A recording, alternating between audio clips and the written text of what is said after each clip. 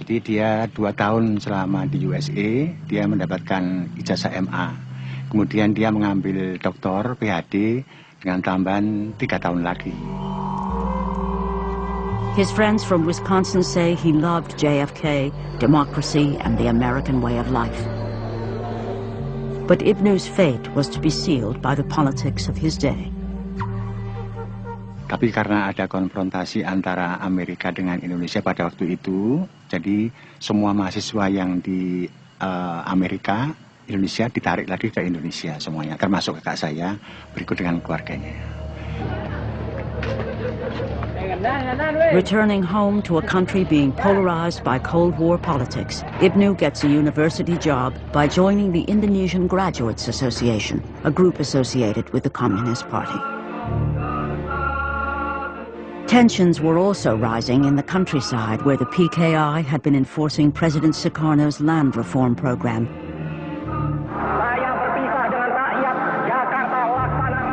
When the UN backs the formation of Malaysia, Soekarno withdraws Indonesia in protest and declares he'll join an axis with Peking and Hanoi.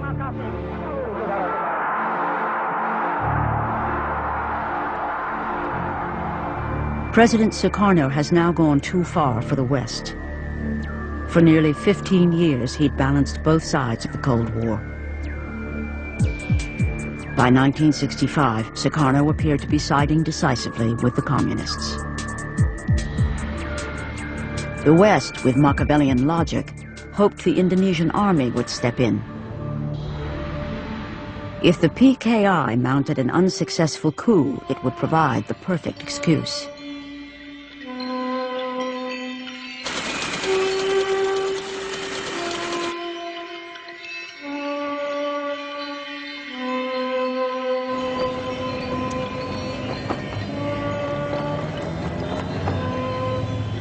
Certainly, 1965 was the height of the Cold War. Vietnam was very important for the Americans, and the war wasn't going too well. The Marines had landed, but they had taken some bad reverses. And so when it appeared that at the back door, Indonesia was about to go completely into the communist orbit, there was a lot of concern. There was a lot of fear.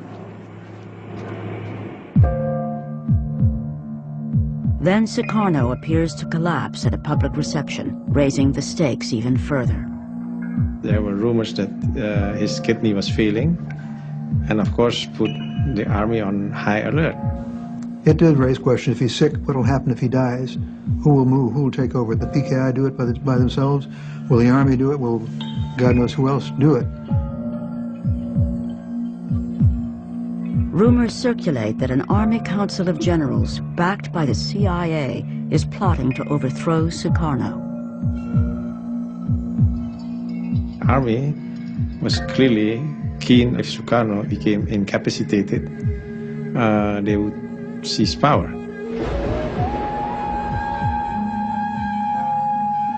Ani raga patut waspada. Apa angon waspada dharma ne jalan gisi. Angon munahang sahanane ngomo darawake bedewa radu. Cicing boros. Dugas pidan sing kita ane kata tutuk rakyat tadi sengsara lantas tuh.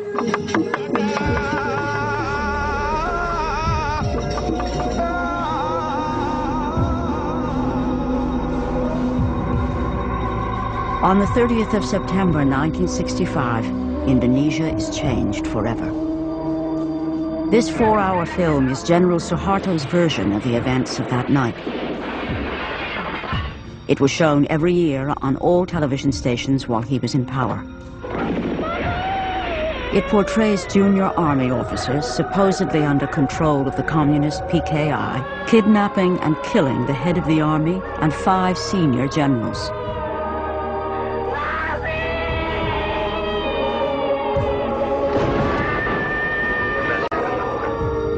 General Suharto puts down the so-called 30th of September movement and heroically saves the nation. It's all over in less than 24 hours. My God, they said, well, they've done it. And the air attaché came running in and said, The servants in his house said they were shooting out in back of his house. Some general got hit, they said. It turns out to be Panjaitan, who lived right behind him there. So, well, this was, beginnings of a very upsetting environment, but we didn't know what the heck was going on. The morning of October 1st, when Time magazine called me and said, Don, there's been a tremendous coup. We don't know what's going on, but we know that 6 of the top Indonesian generals have been killed in this slaughter overnight. And we don't know whether Soekarno is behind it, what's going on, but you're the only person, the only journalist in Hong Kong that has a visa. 3 days after the murders, the bodies of the dead generals are discovered in a well. President Soekarno has appointed General Suharto to restore security. Suharto personally witnesses the exhumation. Suharto also closes down the civilian press. The army-controlled newspapers run false but graphic stories telling how communist women had tortured and mutilated the generals, gouging out their eyes, cutting off their sexual organs, and dancing over their bodies.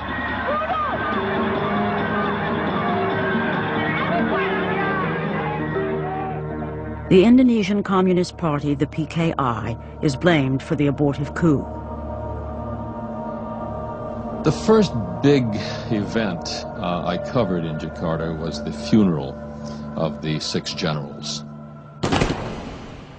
We had heard tales about the way this slaughter had been done, the mutilation of the generals, how they had been tortured and killed. And we had no way of knowing it. We didn't speak to any eyewitnesses. And so if the army put out with authority that these bodies were mutilated, it became the perception. If the Communist Party was responsible, Western diplomats could not understand why it would mount such an ineffective operation. I would have said it made no sense at that time because the communists were moving very effectively. They were achieving their objectives by other means. And I would have said, why in the heck should they mount a coup? It was known that the murders were carried out by junior army officers calling themselves the 30th of September movement. But the question of who, if anyone, was pulling the strings behind these officers was much less certain. Nevertheless, the diplomatic cables do reveal the West was keen for Suharto and the army to drive home its advantage in this brutal Cold War struggle.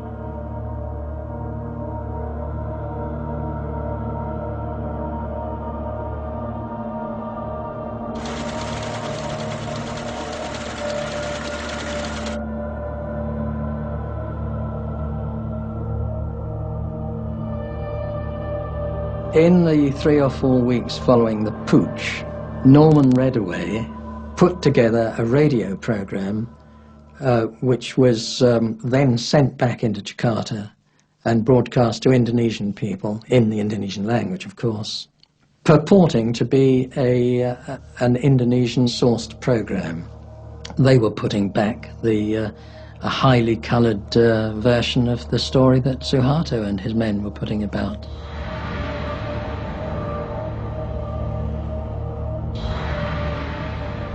The British-made propaganda program called The Voices from the Well was broadcast from a radio station set up next door to Suharto's house.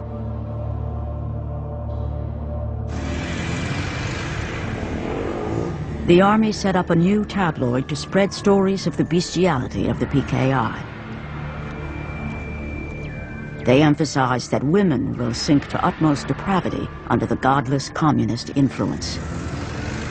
It didn't have to take great skills for the army to whip up sentiments against the communists. At the same time, I think the whole party was still left in the lurch because they still were in the mode of the parliamentary road to power. So they were essentially defenseless and armed without arms. Exactly the situation I was worried about.